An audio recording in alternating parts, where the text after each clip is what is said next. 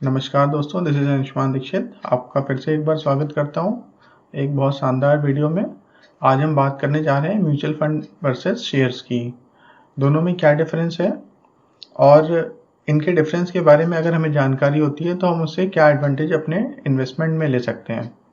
तो इसको एक बहुत सिंपल उदाहरण से समझते हैं कि अगर हमें डिनर के लिए वेजिटेबल्स की रिक्वायरमेंट है तो हमारे पास जनरली दो ऑप्शन होते हैं। या तो हम अपने उनको घर के बागीचे में उगा सकते हैं, या दूसरा ऑप्शन ये है कि हम उसको पास से वेजिटेबल मार्केट से जाके ला सकते हैं।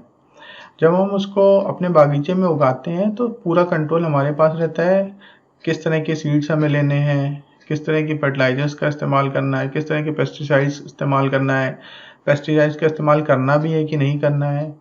लेकिन जब हम मार्केट से वेजिटेबल मार्केट से जाके सब्जियां लेके आते हैं अपने डिनर के लिए, तो हमें रेडीमेड सब्जियां, मतलब पहले से ही जो भी फार्मर ने जिस मेथड का, जिस पेस्टिसाइड्स का, जिस सीड्स का इस्तेमाल किया होगा वो हमें मिल जाता है। उसमें हमारा कंट्रोल नहीं रहता। उसी तरह से दोस्तों शेयर्स और म्यूचुअल फंड है। जब शेयर्स में पोर्टफोलियो हम बनाते हैं तो पूरा कंट्रोल हमारे पास रहता है।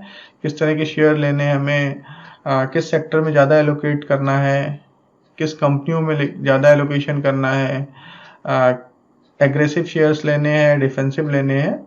बट जब हम म्यूचुअल फंड में इन्वेस्ट करते हैं तो हम फंड मैनेजर और उसकी पूरी टीम पे भरोसा करते हैं और एक पर्टिकुलर थीम का सिलेक्शन कर लेते हैं। फॉर एग्जांपल हमें लार्ज कैप फंड चाहिए, मिड कैप चाहिए, डाइवर्सिफाइड चाहिए, हाइब्रिड चाहिए, किस तरह का फंड चाहिए हम उस पर इन्वेस्ट करते हैं। तो उम्मीद है कि आपको इस एग्जाम्पल से थोड़ा सा आइडिया मिला होगा।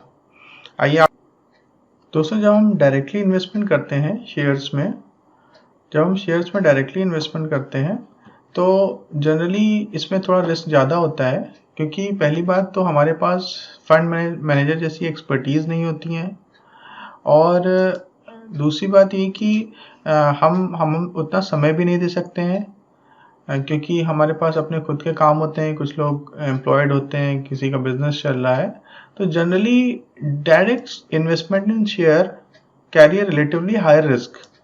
You need to pick stock by researching the company and sector. It's a humongous task to choose few companies from thousands of the listed on the stock exchange. Basically अगर मैं आपको उदाहरण के द्वारा बताने की कोशिश करूं तो बॉम्बे स्टॉक एक्सचेंज में लगभग 4-5 हज़ार कंपनियां लिस्टेड हैं, और उसमें से हमें अपने लिए मान लीजिए 15 कंपनियां, 10 कंपनियां चूज करनी है। तो ये बहुत कॉम्प्लिकेटेड, बहुत कठिन टास्क हो जाता है कि हम कौन सी 5-10 कंपनियां, 15 कंपनियां चूज करें। क्योंकि जब सेंसेक्स और निफ्टी स्टार्ट हुआ था, आप लोग को सबको आइडिया होगा कि सेंसेक्स में 30 कंपनियां होती हैं, हिंदुस्तान की टॉप 30 कंपनियां, और निफ्टी में टॉप 50 कंपनियां होती हैं।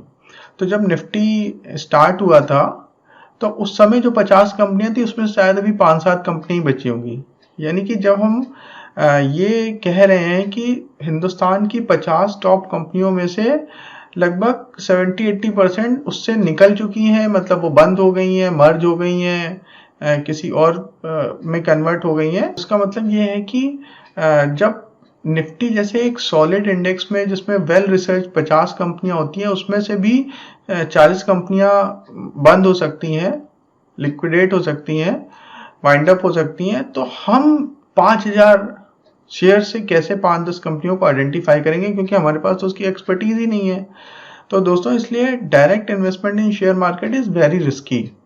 अगर आपके पास प्रॉपर रिसर्च है, प्रॉपर आइडिया है, आप उस सेक्टर में काम करते हैं, आप पर्टिकुलर किसी कंपनी में काम कर रहे हैं, आप टीसीएस के एम्प्लॉय हैं, आप टीसीएस को समझ रहे हैं, तो आपने टीसीएस के शेयर बाय कर लिए। ये एक समझदारी वाला कदम है। बट लेकिन जनरल एक रिटेल इन्वेस्टर के लिए एक नया पोर्टफोलियो बनाना और उसमें बहुत सारे रिसर्च करके कंपनियों को आइडेंटिफाई करना, फिर उनको ट्रैक करते रहना, कब उनके रिजल्ट आ रहे हैं, क्वार्टरली रिजल्ट आ रहे हैं, कब उनमें कोई मैनेजमेंट चेंज हुआ, कब उन्होंने कोई इन्वेस्टमेंट करी। क्योंकि जैसे ही ये सब सारी चीज़ें होती हैं वैसे ही स्टॉक पे गहरा इम्पैक्ट आता है। और जनरली रिटेल इन्वेस्टर को तब पता चलता है जब पूरा खेल हो चुका होता है और आखिरी में रिटेल इन्वेस्टर फंसे रह जाते हैं। FII, DIAs पहले निकल जाते हैं। DIAs बेसिकली म्यूचुअल फंड कंपनियां और इंश्योरेंस कंपनियां ही होती हैं। तो उनके पास एक टीम होती है, सॉफ्टवेयर्स होते हैं, बड़ी पूंजी होती है और ज़्यादा जानकारी होती है। तो ये ज़्यादा अच्छा तरीका होता है कि हम, अगर हमारे पास समय नहीं है तो हम नॉमिनल 1-1.5-2% की कॉस्ट पे, सालाना कॉस्ट पे हम फंड मैनेजर को अपना पैसा मैनेज करने के लिए दे दें और वो हमें वेल्थ क्रिएट करके देता रहेगा। और जनरली ये ट्रेंड है इंडिया में कि अगर हम एक अच्छे डाइवर्सिफाइड म्यूचुअल फंड में इन्वेस्ट कर रहे हैं तो हमें 15-18% के आसपास रिटर्न लंबे समय में, अगर हमारा टाइम होराइजन अप्रॉक्स 10 साल का है, तो हमें ये रिटर्न मिलेंगे ही मिलेंगे। जैसा कि इसके नेक्स्ट पॉइंट में लिखा हुआ है कि in mutual funds the stock picking is done by expert fund manager. You need to keep track of the performance of the fund and not individual stocks within the fund. They also allow investment flexibility, unlike stocks with growth, dividend option, top-up, systematic withdrawal transfer, etc. Besides helping to ride over volatility by investing smaller amount regularly through SIP. मतलब mutual fund में काफ़ी ज़्यादा फ्लेक्सिबिलिटीज़ होती हैं। आप इसमें systematically भी invest कर सकते हैं, लमसम भी कर सकते हैं। सिस्टमैटिकली इन्वेस्ट करने का मतलब आप हर महीने एक फिक्स रकम 5,000, 10,000, जो भी आप कंफर्टेबल हो उतना आप मंथली इन्वेस्ट कर सकते हैं। आप एक बड़ा कॉर्पस लिक्विड फंड में डाल के और उससे STP के through, systematic transfer form plan के थ्रू भी इन्वेस्टमेंट कर सकते हैं। आप अपने कॉर्पस से पार्शियल विड्रॉ भी कर सकते हैं। आप कभी भी अपनी SIP को स्टॉप कर सकते हैं, कभी भी अपनी SIP में टॉपअप कर सकते हैं। तो म्यूचुअल फंड में जब हम इन्वेस्ट करते हैं तो हमारे पास बहुत ज़्यादा फ्लेक्सिबिलिटीज होती हैं। आइए दोस्तों, इसके रिटर्न्स को थोड़ा प्रैक्टिकली समझते हैं। तो उसके लिए मैं आपको अपनी वेबसाइट पे ले चलता हूँ, wealthforyou.tech। ये मेरी वेबसाइट का डोमेन है, wealthforyou.tech। तो इसमें एक SIP कैलकुलेटर के थ्रू हम समझने की कोशिश करते हैं। कोई इंडिविजुअल इंसान अगर 5,000 रुपीज़ मंथली के SIP करता है और मान लीजिए वो रिटायरमेंट के लिए प्लानिंग कर रहा है, और जब वो 30 साल का है तब वो स्टार्ट करता है और नेक्स्ट 30 ईयर तक वो 5,000 रुपीज़ ही इन्वेस्ट करता रहता है, और मैं मान के चलता हूँ कि उसमें रिटर्न जो है वो 15% का मिल रहा है। तो आप देखिए ये अमाउंट बन जाता है 2,78,00,000। तो दोस्तों ये काफ़ी अट्रैक्टिव अमाउंट है जिसके थ्रू हम रिटायर हो सकते हैं, और उसके बाद हमारे पास ये कॉर्पस आ जाएगा। और 60 के बाद जब भी हम 80, 90, 100 साल जब तक हम जिंदा रहेंगे तो ये एक ठीक ठाक कॉर्पस होगा जो हमारी बात की 1/3 जो बची हुई जिंदगी है उसको, उसकी सारी नीड्स को, उसकी रिक्वायरमेंट को पूरा करने के काम आएगा जब हम कमा नहीं रहे होंगे। अगर यहीं पे इंटरेस्ट रेट हमें थोड़ा ज़्यादा बेहतर मिल जाता, मान लीजिए 18% का रिटर्न हमें मिल जाता है, तो आप देखिए यही अमाउंट बढ़ के 5 करोड़ हो गया, 5,12,00,000 के आसपास। तो मैं एक मान के चलता हूँ कि 15% भी एक डिसेंट रिटर्न है। और अगर बहुत कंजर्वेटिव फॉर्म में मान के चलते हैं कि 12% का रिटर्न मिलता है, तब भी दोस्तों ये 1.5 करोड़ के आसपास से का अमाउंट होता है, 1,52,00,000, जो कि एक बहुत डिसेंट अमाउंट है। तो आप ये मान के चल सकते हैं कि 5,000 की SIP से आप आसानी से अपना रिटायरमेंट प्लान कर सकते हैं। और कई सारे छोटे मोटे गोल्स भी होते हैं, उनको भी आप प्लान कर सकते हैं। आइए इसमें थोड़ा सा और ट्विस्ट करते हैं और देखते हैं कि अगर कोई इंडिविजुअल सालाना मंथली 10,000 रुपीज़ का इन्वेस्टमेंट करता है तो 12% के हिसाब से अगर उसको रिटर्न मिलते हैं तो ये 3 करोड़ से ज़्यादा की रकम बनती है। अगर उसको 15% का रिटर्न मिलता है तो दोस्तों देखिए ये रकम कितनी हो गई, 5,56,00,000।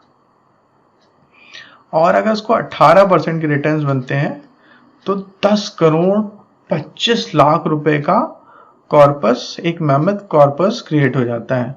दोस्तों उम्मीद है कि आपको वीडियो अच्छा लगा होगा। इसमें हमने डिस्कस किया कि म्यूचुअल फंड और शेयर्स में क्या डिफरेंस है और किस तरह से हम लोग SIP में, म्यूचुअल फंड में थोड़ा थोड़ा इन्वेस्ट करके एक बड़ा अमाउंट क्रिएट कर सकते हैं। एक चलते चलते एक छोटा सा एग्जांपल और डिस्कस कर लेते हैं। मान लीजिए कोई इंडिविजुअल सिर्फ 1,000 पर मंथ ही इन्वेस्ट करना चाहता है और वो अगले 30 साल तक इन्वेस्ट करता है और 18% का रिटर्न आता है। तो दोस्तों देख लेते हैं कितनी वेल्थ क्रिएट होती है। अगर कोई इंडिविजुअल 1,000 रुपये नेक्स्ट 30 ईयर तक इन्वेस्ट करता है, 18% का उसमें रिटर्न बनता है, तब भी ये 1 करोड़ से ज़्यादा का कॉर्पस क्रिएट कर सकता है। तो यहाँ पे हमें ये समझ में आनी चाहिए बात कि यहाँ पे अमाउंट ज़्यादा मैटर नहीं कर रहा है, टाइम पीरियड ज़्यादा मैटर करता है। जितना जल्दी आप स्टार्ट करेंगे इन्वेस्टमेंट करना, उतनी ही जल्दी आपको रिटर्न्स बनना शुरू हो जाएंगे और उतनी जल्दी आप रिटायर हो सकते हैं। अगर कोई इंडिविजुअल 20 साल की एज में इन्वेस्ट करता है और वो अगले 30 साल तक इन्वेस्ट करता है तो 50 साल में ही रिटायर हो सकता है। और अगर आप ज़्यादा अमाउंट इन्वेस्ट करते हैं तो 20 साल की एज में स्टार्ट करके 40 साल में भी रिटायर हो सकते हैं। 40 साल के बाद आपको फाइनेंशियल फ्रीडम अचीव हो सकती है। तो दोस्तों, उम्मीद है कि आपको वीडियो अच्छा लगा होगा, और अगर आपके कोई सुझाव, सजेशन, कोई क्वेश्चन है तो आप कमेंट बॉक्स में ज़रूर लिखें। वीडियो को लाइक करना बिल्कुल मत भूलिएगा और चैनल को सब्सक्राइब करिए और अपने दोस्तों और रिलेटिव्स को भी मोटिवेट करिए चैनल को सब्सक्राइब करने के लिए। बहुत बहुत शुक्रिया।